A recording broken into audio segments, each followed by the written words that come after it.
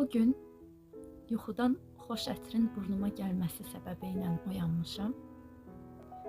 Səhər mehi yasəmənlərin ətrini mənə gətirmişdi. Gözümü açıb pəncərədən ətrafa boylandım, amma yasəmənlər gözümə dəymədi. Birdən gözüm saata sataşdı. Aman Allah, işə gecikirəm. Tələm-tələsik paltarlarımı geyinib özümü yola atdım.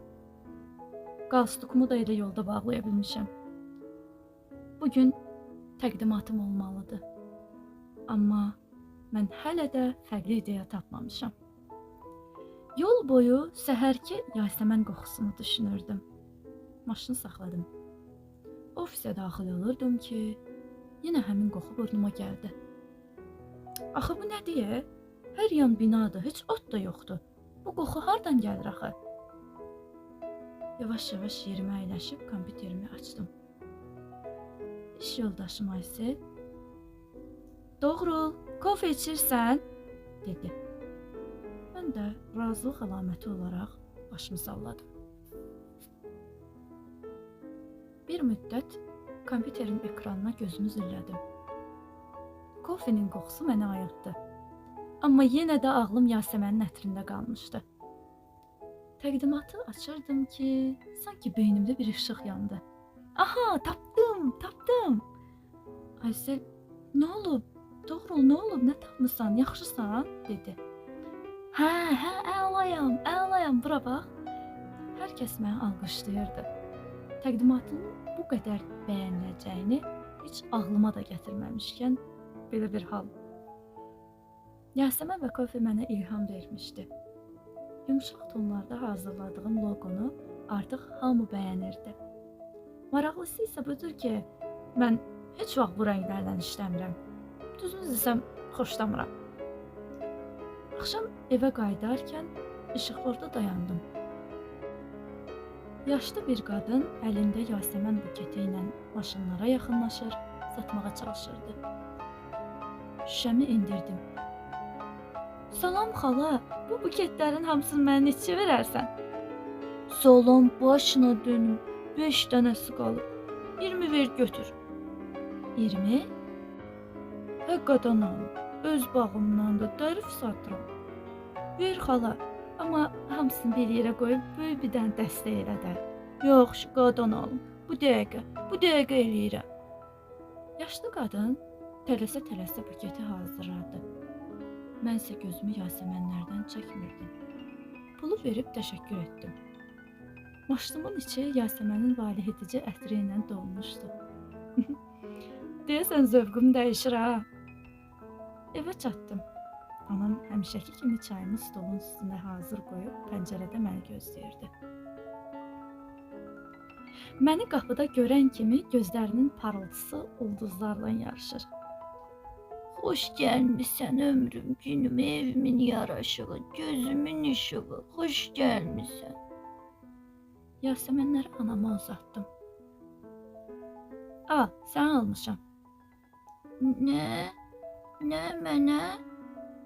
Anam həyəcanlı, titrək səsi ilə soruşdu. Mən isə gülə-gülə çayımı içirdim. "Hədə ana, başqa kimi alacam ki." Əslində anamın yasəmənlərdən çox xoşu gəlirdi. Bu yasəmənləri əzizləyərkən uşaqlığımdakı bir hadisə gözümdə canlandı. Bizim həyətimizdə qəşəng bir yasəmən ağacı var idi. Hər dəfə çiçəkləyəndə anam sevincindən nə edəcəyini bilmirdi. Güllər solana kimi onlarla danışar, əzizləyərdi. Mən də ərköyünlüyümdəndir, yoxsa qısqanclıqdan, yoxsa uşaq ağlımı deyim, bilmirəm. Yasəmənlərə nifrət eləyirdim.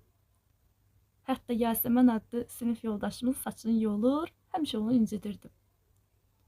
Anam çiçəkləri əzizlədikcə uşağım gözümün önündə film səhnəsi kimi canlanırdı. Bir gün məktəbdən evə tez gəlmişdim. Mişarı götürdüm və ağacı kəsdim. Evə sevinclə daxil oldum. Ana, Yasəmən kimsə kəsib. Daha o zəhlədəkən yasəmənlər açmayacaq. Anamsa heç nə demədi. O zaman uşaq idim, başa düşmürdüm. Bəzən Kəlmələrin kifayət etmədiyi anlar olur. Anam susurdu, amma gözləri danışırmış. Mən başa düşmürmüşəm. Günlər keçdi. Aldığım yasəmənlər artıq solmağa başlayırdı. Nə edəcəyimi düşünürdüm. Vicdan əzabı çəkirəm. İçimdəki narahatlıq da susmur. Birdən ağlıma bir fikir gəldi. Tez gül dükanına qaçıb yasəmən alıb bağımıza əkdim. Bir müddət keçdi. Yaz gəlmişdi. Yenə yasəmən ətrinə oyanmışam. Tez pəncərədən baxdım. Anam əkdiyim yasəmən ağacının altında oturub ağlayır. Paltarımı geyinib anamın yanına qaçdım. Məni bağışla anam, məni bağışla. Mən elə bilirdim ki, sən yasəməni məndən çox sevirsən. Amma indi başa düşürəm ki, nəyisə, kimisə sevmək üçün limitlər yoxdur. Sən hər ikimizi sevirmişsən. Ana, anacan, mən bu ağacı kəsdiyimin əvəzinə əkmişəm. Bilirsən, o vaxt həyətimizdəki yasəməni də mən kəsmişdim. Anam göz yaşlarını sildi və məni qucaqladı. Bilirəm oğlum, bilirəm. Sadəcə səni üzmək istəmirdim. Mənim əziz balam. Yaxşı ki, sən mənim balamsan.